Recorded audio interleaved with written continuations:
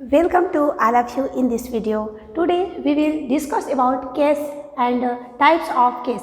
आज हम डिस्कस करने वाले हैं हिंदी व्याकरण के अंतर्गत कि कारक किसे कहा जाता है और कारक के कितने भेद होते हैं। तो चलिए हम लोग शुरू करते हैं आज का हमारा डिस्कस कि हिंदी व्याकरण के अंतर्गत सीखेंगे कारक किसे कहा जाता है।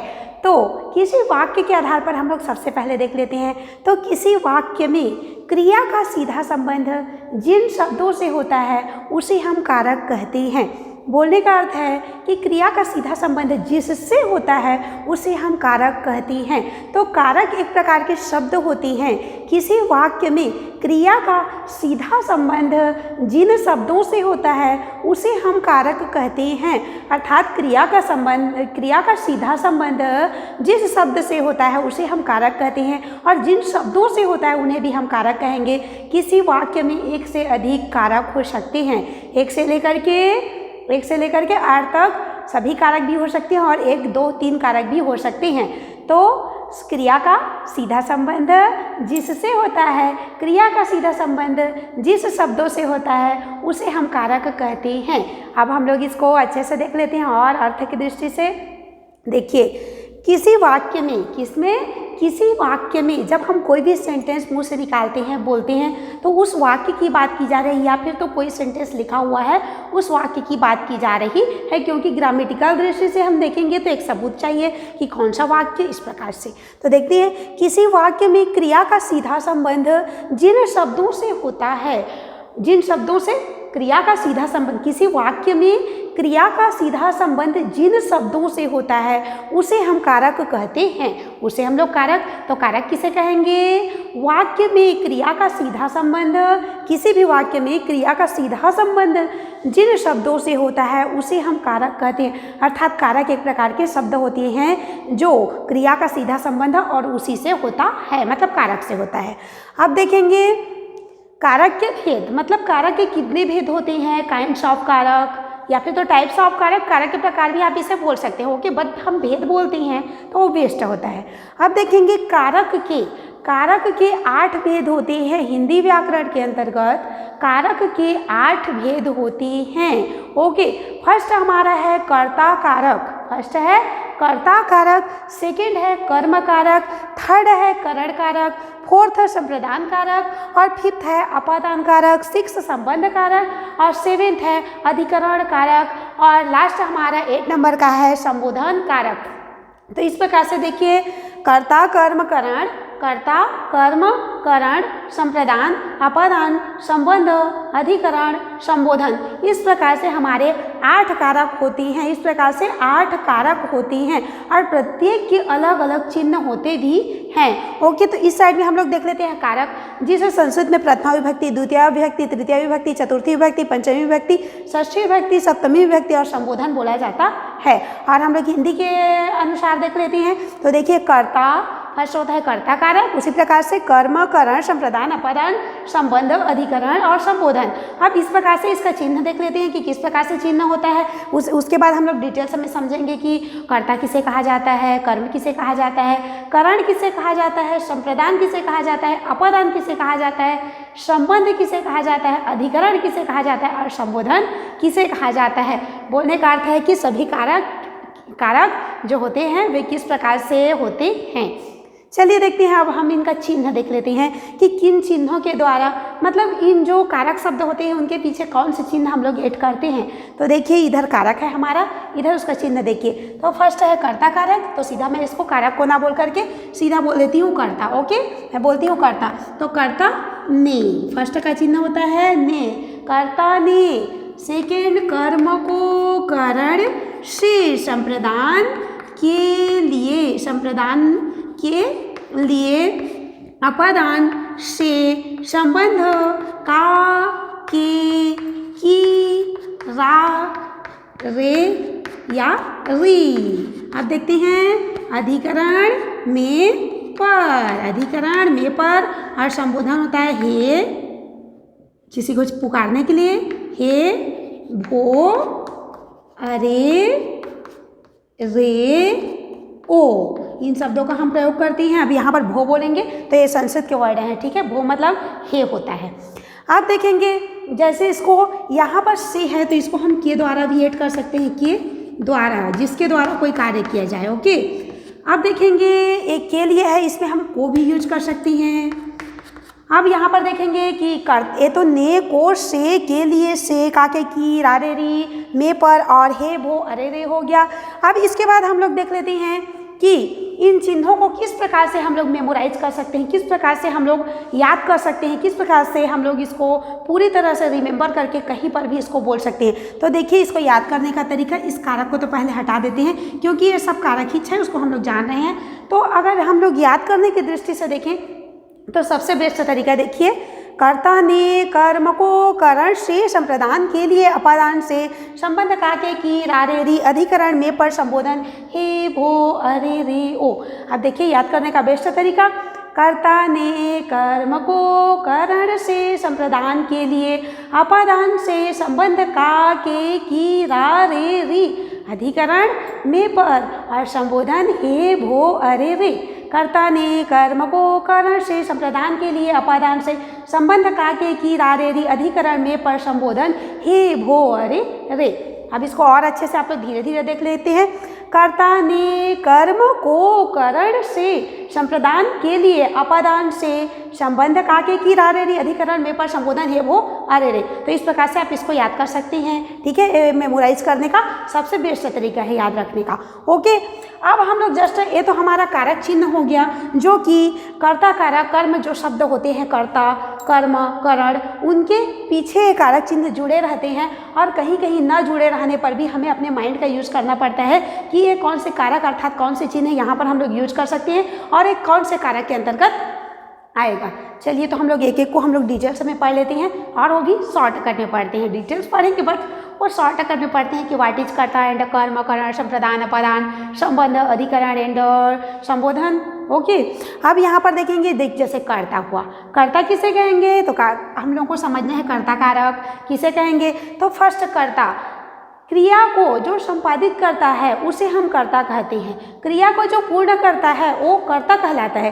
क्रिया किसी भी कार्य को जो करता है, किसी भी कार्य को जो करता है मतलब किसी भी कार्य को जो संपादित करता है, जो पूर्ण करता है या पूर्ण करता है और मतलब किसी भी कार्य को जो करता है वह कर्ता कहलाता है। मतलब वो कर्ता कारक अर्थात करता हुआ जो किसी कार्य को करता है वो कर्ता कारक कहलाता है। जैसे देखिए उदाहरण, राम आम खाता है, राम आम खाता है। तो यहाँ पर खाने की क्रिया कौन कर रहा है तो राम कर रहा है। तो यहाँ क्रिया का सीधा संबंध किससे है, राम से है। तो राम यहाँ पर हो गया कर्ता, कर्ता कारक। और यहाँ पर देखिए ने का तो चिन्ह नहीं लगा है, तो कहीं पर ने का चिन्ह लगा होगा और कहीं पर ने का चिन्ह नहीं भी लगा होगा। जैसे देखिए राम ने पुस्तक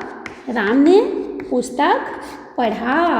किसने पुस्तक पढ़ा, राम ने। तो पढ़ने की क्रिया कौन कर रहा है, राम कर रहा है। तो यहाँ पर राम हो गया हमारा कर्ता और उसके साथ देखिए ने लगा हुआ है जो फर्स्ट हम लोग का कर्ता का चिन्ह है। तो इस प्रकार से हमने समझा कि जो किसी कार्य को करता है वह कर्ता होता है, अर्थात क्रिया का सीधा संबंध यहाँ पर किससे है, राम से है। तो राम क्रिया हो गया।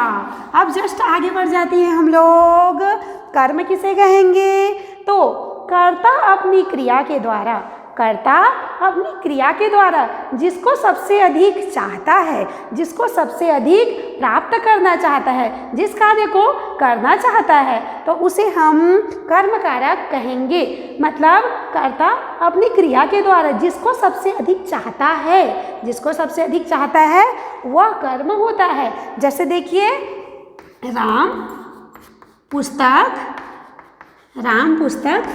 पढ़ता है या राम आम खाता है बोल सकती हैं आप। राम पुस्तक पढ़ता है तो देखिए ये पढ़ने की क्रिया के माध्यम से जो राम करता है वो सबसे अधिक किसको चाहता है तो सबसे अधिक चाहता है यहाँ पर पुस्तक को। तो राम पुस्तक पढ़ता है तो यहाँ पर जो पुस्तक है राम पढ़ने के माध्यम से किसको सबसे अधिक चाह रहा है, पुस्तक को, चाहे उसके ज्ञान को चाहे कि कुछ को भी, बट यहाँ पर पुस्तक है तो पुस्तक में यहाँ पर हम लोगों का कर्म कारक होगा। और देखिए राम या मोहन बोल सकती हैं। मोहन, सोहन, सीता, गीता, राम सांप को डंडे से मारा। देखिए यहाँ पर मारने की क्रिया कर रहा है कौन? रामकर्ता मारने की क्रिया कर रहा है। और देखिए किसको मारने की क्रिया कर रहा है, मतलब किसको सबसे अधिक पाना चाहता है? तो यहाँ पर देखिए सांप को पाना चाहता है, चाहे वो मारने के माध्यम से पाना चाहे या उसको पकड़ने के माध्यम से। तो देखिए मारना उसकी क्रिया है, तो मारने की क्रिया के माध्यम से वो सबसे अधिक किसको चाह रहा है? यहाँ पर सांप को। तो यहाँ पर को का चिन्ह भी लग गया, देखिए सांप को। तो इस प्रकार से यहाँ पर हम लोगों का जो सांप है वह कर्म कारक के अंतर्गत आएगा। मतलब राम मारने के माध्यम से सबसे अधिक सांप को चाह रहा है, चाहे उसको मारना चाहे या फिर तो उसको पकड़ना चाहे। ओके, तो कर्ता अपनी क्रिया के द्वारा जिसको सबसे अधिक चाहता है उसे हम कर्म कारक कहते हैं, उसे हम लोग बोलेंगे कर्म कारक। अब जस्ट थर्ड पर पहुंच जाते हैं करण। करण कारक अर्थात करण किसे कहते हैं? तो करण का देखिए चिन्ह होता है से या के द्वारा। ओके, से या के द्वारा, जैसे उसके द्वारा वह कार्य किया गया, उससे वह कार्य किया गया, इस प्रकार से देखिए। तो करण किसे कहेंगे? कर्ता अपनी क्रिया के द्वारा, कर्ता अपनी क्रिया को संपन्न करने के लिए, कर्ता अपनी क्रिया को संपन्न करने के लिए जिस वस्तु की हेल्प लेता है, जिस वस्तु का हेल्प लेता है या जिसका भी हेल्प लेता है, चाहे वो प्राणी रहे या वस्तु रहे, तो उसे हम करण कारक कहते हैं। मतलब कर्ता अपनी क्रिया को पूर्ण करने के लिए जिसकी सहायता लेता है उसे हम करण कारक कहते हैं। जैसे मैं चौक से लिखी, किससे लिखी? चौक से लिखी। मैं चौक से लिखी, अभी मैं जो लिखी हूँ उसको किससे लिखी? चौक से लिखी। तो मैं वो लिखने के कार्य को, लिखने के मैं करता हो गई। ओके, मैं करता हो गई यहाँ पर, और मैं लिखने का कार्य कर रही हूँ। तो किसकी सहायता ले रही हूँ? तो जिसकी मैं सहायता ले रही हूँ, ठीक है, जिसकी सहायता ले रही हूँ उसमें करण कारक होगा। क्या कारक होगा? करण कारक होगा। देखिए मैं चौक से लिखी या मैं चौक के द्वारा लिखी, या बोल सकती हूँ कि मैं चौक के द्वारा लिखती हूँ, मैं चौक से लिखती हूँ, मैं कलम से लिखती हूँ। इस प्रकार से मैं फुटबॉल से खेलती हूँ। तो यहाँ पर फुटबॉल हो गया, फुटबॉल से खेलती हूँ, मतलब खेलने की क्रिया को मैं फुटबॉल की हेल्प लेकर के, फुटबॉल से या फुटबॉल के द्वारा, तो जिसकी कर्ता अपनी क्रिया को संपन्न करने में जिसकी सहायता लेता है और जिसके माध्यम से करता है बोल सकती हैं, तो उसे हम करण कारक कहते हैं। जैसे बच्चे गेंद से खेलते हैं, तो यहाँ पर गेंद हो गया, और यहाँ पर मैं चौक से लिखी, मैं लिखने की क्रिया को किससे की? चौक से। तो यहाँ पर जो चौक है वह करण कारक के अंतर्गत आएगा। अब जस्ट हम लोग आगे बढ़ जाते हैं के लिए, संप्रदान के लिए। संप्रदान कारक किसे कहेंगे? तो इसका चिन्ह पहले देखिए, इसका चिन्ह होता है के लिए।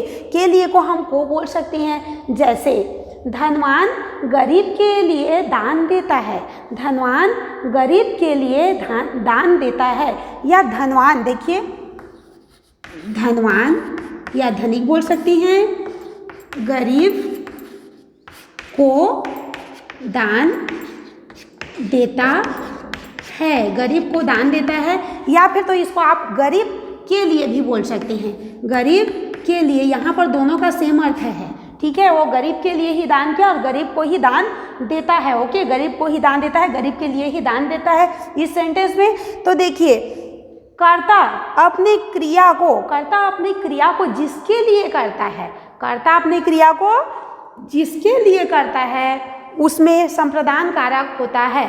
कर्ता अपनी क्रिया को, जो भी करता है, कर्ता अपनी क्रिया को जिसके लिए करता है उसमें संप्रदान कारक होता है। जैसे धनवान किसके लिए? गरीब को या गरीब के लिए दान देता है। तो जो धनवान हुआ वो किसके लिए दान दिया? गरीब के लिए। तो के लिए चिन्ह भी हमारा आ गया, और देखिए को का भी चिन्ह आ गया, के लिए बोलना चाहे तो भी चिन्ह आ गया। इस प्रकार से तो कर्ता अपनी क्रिया को, देने की क्रिया को जिसके लिए किया उसमें संप्रदान कारक होता है। मतलब हम किसी कार्य को जिसके लिए करते हैं उसमें संप्रदान कारक होते हैं। जैसे मैं आप लोगों के लिए वीडियो बना रही हूँ, तो यहाँ पर आप लोगों के लिए, तो आप यहाँ पर हो गए संप्रदान और के लिए हो गया चिन्ह। ओके, अब जस्ट आगे बढ़ जाते हैं हम लोग अगले हम लोगों के अगले कारक की ओर तो देखेंगे। उसके बाद है अपादान। अपादान कारक का चिन्ह है से। यह अलग होने की क्रिया, अलग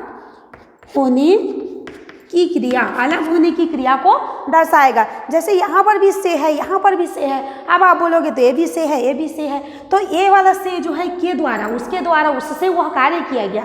बट यहाँ पर जो से है वो अलग होने की क्रिया, जैसे वृक्ष से पत्ते गिरते हैं, मतलब ये जो से है वो अलग होने की क्रिया को दर्शाता है। जैसे अपादान कारक में या तो कर्ता भी बोल सकते हैं या कर्ता ना हो। जब अलग होने की क्रिया को दर्शाया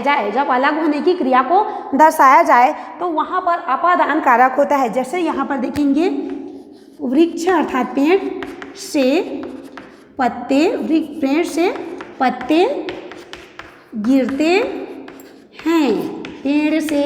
गिरते हैं। अब यहाँ पर देखिए पेड़ से पत्ते गिरते हैं, तो यहाँ पर देखिए अलग होने की क्रिया हो रही है। अलग होने की क्रिया, ये से तो उसका चिन्ह हो गया, तो वृक्ष से, किससे, तो जहाँ से गिरे उसमें हम लोग अपादान कारक होगा। मतलब जहाँ से अलग होने की क्रिया हो, जहाँ से कोई चीज़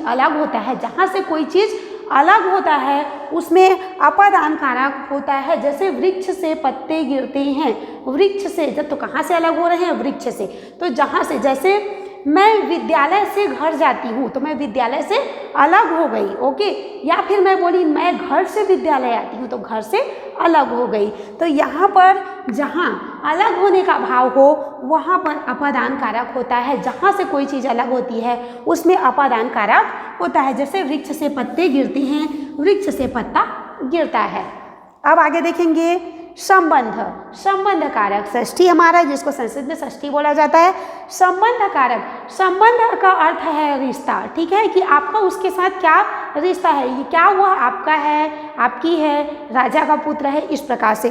तो अगर, ठीक है, एक वस्तु का दूसरे वस्तु से, एक जीव का दूसरे जीव से संबंध, एक संज्ञा का दूसरी संज्ञा से संबंध दर्शाया जाए तो वहाँ पर संबंध कारक होता है। जैसे मेरा चौक, इस चौक का मेरे साथ रिश्ता है कि यह मेरा है, ओके। मैं बोल दी कि यह आपका रुमाल, ठीक है, तो आपका संबंध इससे हो गया कि यह आपका है, ओके। तो जहाँ पर संबंध को दर्शाया जाए उसमें संबंध कारक होता है, मतलब एक दूसरे का रिश्ता समझाया जाए, वहाँ पर संबंध कारक होता है। जैसे मेरा कलम, मेरी पुस्तक, उसका सामान, उसके रिश्ते, इस प्रकार से। तो देखिए जहाँ पर एक वस्तु का दूसरे वस्तु से संबंध दर्शाया जाए या एक संज्ञा का दूसरे संज्ञा के साथ संबंध दर्शाया जाए उसमें संबंध कारक होता है। उस शब्द में संबंध कारक होता है। जैसे राजा का पुत्र,